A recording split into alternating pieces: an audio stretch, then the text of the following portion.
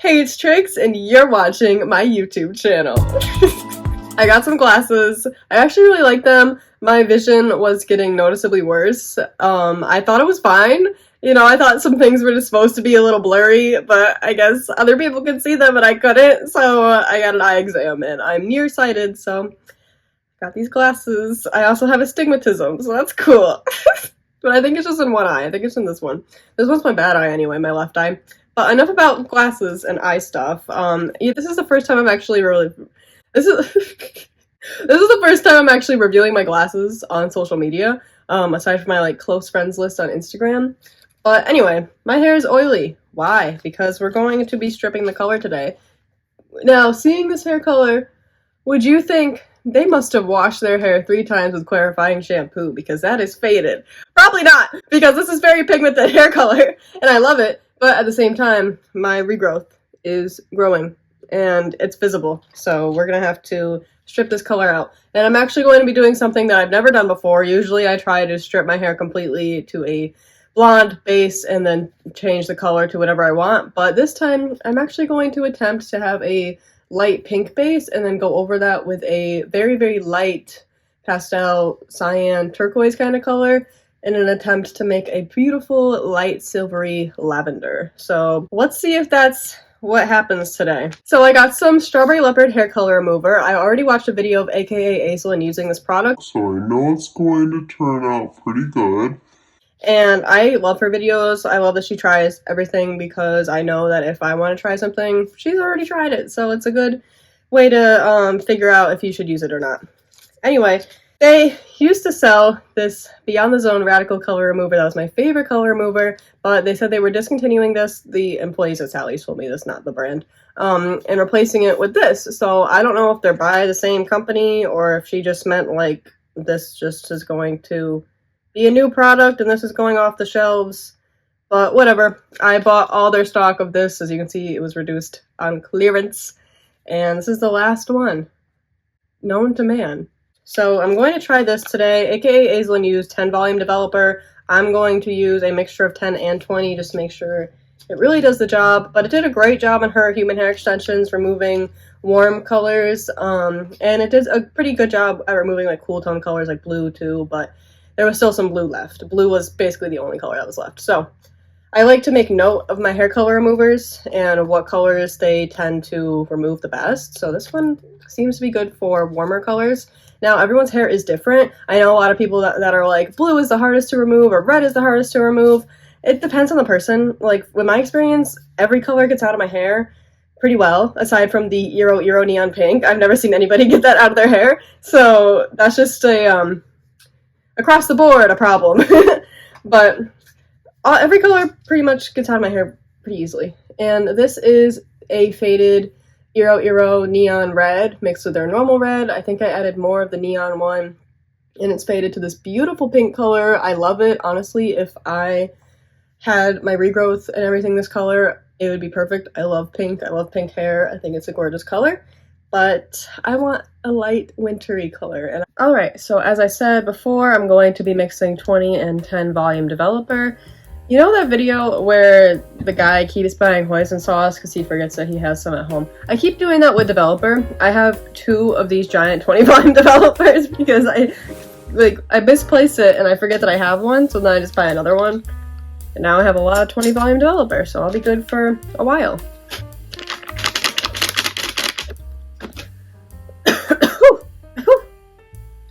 Okay, that's powder.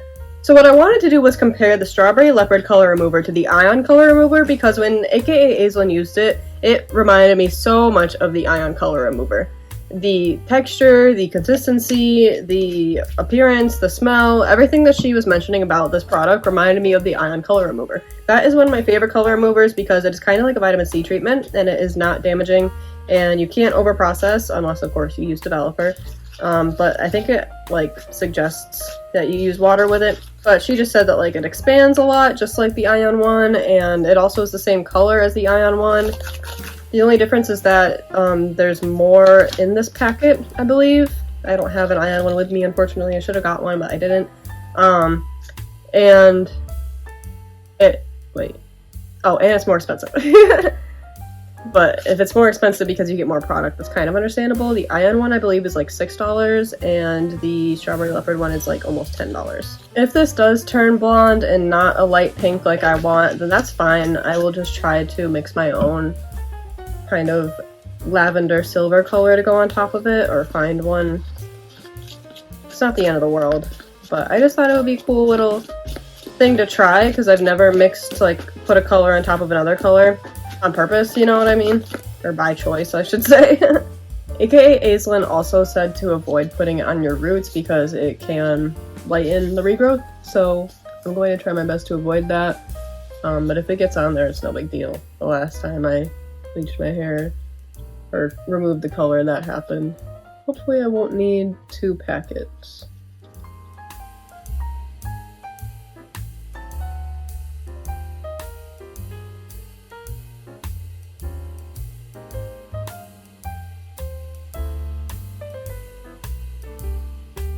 Also, Brad Mondo included me in several of his videos, a YouTube video and then some TikTok videos, so I'm very appreciative for the shout out from him.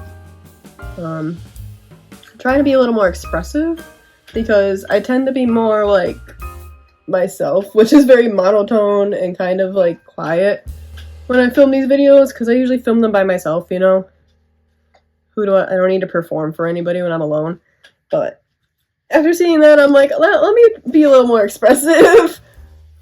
Let me be a little more entertaining to watch. I don't know why, but I can't be funny on the internet. Like, I can be funny in real life. I make people laugh all the time. Trust me. But when it comes to online, I don't know. Maybe it's because I have, like, the instant validation that I'm funny in real life because people, like, will laugh. But when it's online, like, I don't know if the joke was funny or not. I don't know if I did a good job. I don't know if the people watching have the same kind of humor that I do. My hair gets so tangled just by, like, looking at it, dude. It's crazy. And you know I take care of my hair. It's always been like this. Even before I colored it, it's just always have gotten tangled. Just looking at it wrong. Let me know what kind of videos you'd like to see when it comes to long form content. Because I want to make more of those videos. And, like, get to know you guys more, show my personality more. Stuff like that. Because, you know, short form content won't be popular forever. And that's actually starting to show because TikTok keeps trying to get me to make long form content, so much so that it will, like, only boost my content if it's longer.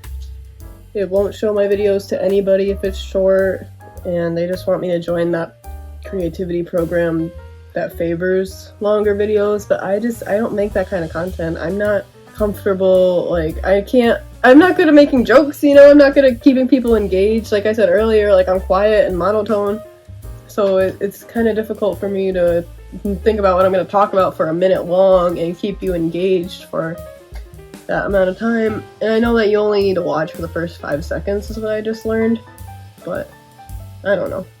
I've always been very particular about what I put out and made sure that everything is great and perfect and 100% factual and, like, something that I would enjoy watching. So it's just hard for me to just put out something because the app wants you to, you know? That's why I like YouTube. It cares a little bit more about its creators and kind of just helps you out regardless. Although it does favor trends, but I feel like trends just do well because they're trends anyway, not just because the app is boosting them, pushing them out. But yeah, I want to make some more long-form videos. Let me know what you want to see. It can be pretty much anything. I do only ask that it's not autism related for the time being, simply because I'm not diagnosed yet, so I don't feel entirely comfortable speaking about that anymore. Another autistic creator I follow made a post kind of saying, like, you shouldn't make it the whole topic of your account if you're self-diagnosed, and I totally understand where they're coming from, so I do want to step away from that a little bit. I have already been stepping away from sharing my experience for a long time. I actually, like, counted the videos that share my experience and not just factual information, and it's like 10%, like a very small amount of my videos, because I just don't feel comfortable.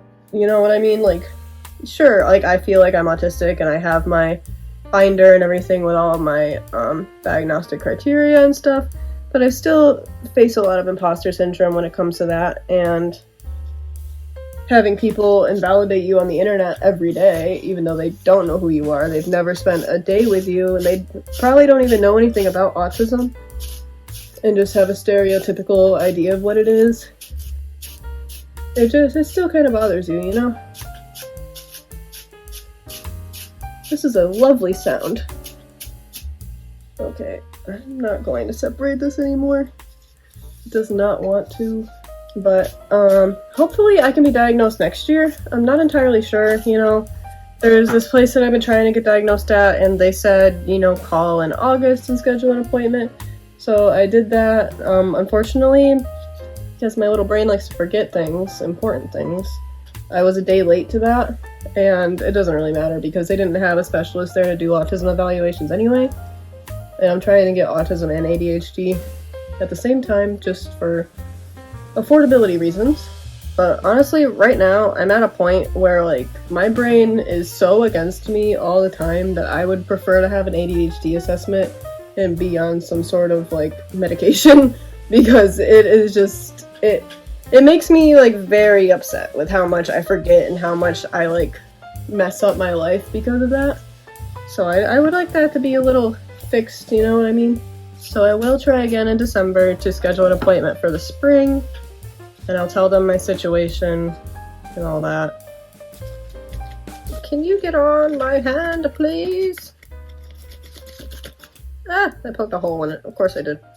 It's just a big knot. My hair was tangle-free when I started this video. Like I said, I'm stepping away from making, like, autism content, but I still do want to uplift autistic voices, like the businesses I have been promoting. Also, if you wear glasses and you're autistic and you don't like eye contact, I recommend, like, like glasses straps, I believe. Like, this one person is autistic and they have a business called Sauce Straps, or Sauces Straps. I think it's just Sauce Straps. And they make glasses straps and they look really pretty and fun. And I saw a video of somebody who has glasses and a glasses strap, and they said that people don't really look at them in their eyes anymore because they're just so focused on the pretty jewelry hanging from their glasses. So that would be a good alternative if you don't like eye contact. Why am I running out of this so fast? I have no more. Where did it go? No! I have so much hair left! No! Ah! No! No, no, no, no, no! How did I run out of this so fast? I had less than a quarter of my hair left. And now I have nothing? Let me just add, like, more developer or something. Like, we need to extend the life of this. It made so much before. I'm glad I got 2 packs, because if I didn't, I would have stuck here. Is this enough for the rest of my hair? I don't know. I really don't know. No! I'm screaming, crying, and throwing up. It's okay, live and learn the consequences of my actions. You know, part of me just feels like it's going to just show the your neon pink that's hiding under here. And that's why I was preparing to just cover it with that, like, turquoise color. You know what I mean? Alright, I'm gonna do the last little bit on TikTok and come back, hopefully, with my hair all covered. I'm using my front camera, so if the quality's a little bad, that's why. But this is what we are left with, and I gotta say, I am not a fan of the Strawberry Leopard hair color remover. Now, I usually add in this ion booster to my hair color removals in bleach, but I forgot to do that because my brain is scattered. And I really regret it because my hair was horrible afterwards. As you saw, I was getting tangled while I was applying the product, and that usually happens when I, like, bleach my hair. Like, if I get bleach on the sections that I'm pulling down before I can, like, brush it out. But it was so tangled and so bad that even after I had rinsed it out, it still was a complete rat's nest, and it was horrible. I couldn't comb through it. I could barely brush through it when it was dry. And the next day, at, like, the evening, I was able to brush it out fully. And I was really nervous. Like, there's still some tangles in here. It is very tangled. I was working at my hair. And brushing my hair is, like, not a sensory joy. It's not fun. And it's still pretty pink. It removed maybe, like, 30% of my hair color. And it did lighten my regrowth. Where is it? There's a spot, like, right here that's, like, really blondish. I don't know if you can even see it, but it's in there somewhere. That's just because I got it on the regrowth, it's whatever. But it just bothers me. I know the Eero colors are famous for sticking to your hair, especially the like pinks and warmer colors, but I was expecting a little bit more lift, especially for the price and damage that I had to pay, and I ended up using a conditioning treatment and rinsing my hair out a second time because the first time I felt like there was still some product in it, which could be due to how I rinsed it out. But regardless, was not a fan, and I'm going to have to use another product to get this out. I don't want to use that one again. Even with the booster, I'm scared. I don't like it. I don't like putting things that are damaging on my hair. I don't know how long I'm going to wait between doing another removal, but even when it was wet, like I pulled on it a little bit just to see where we were at with the damage, and it like broke off, and my hair's never done that.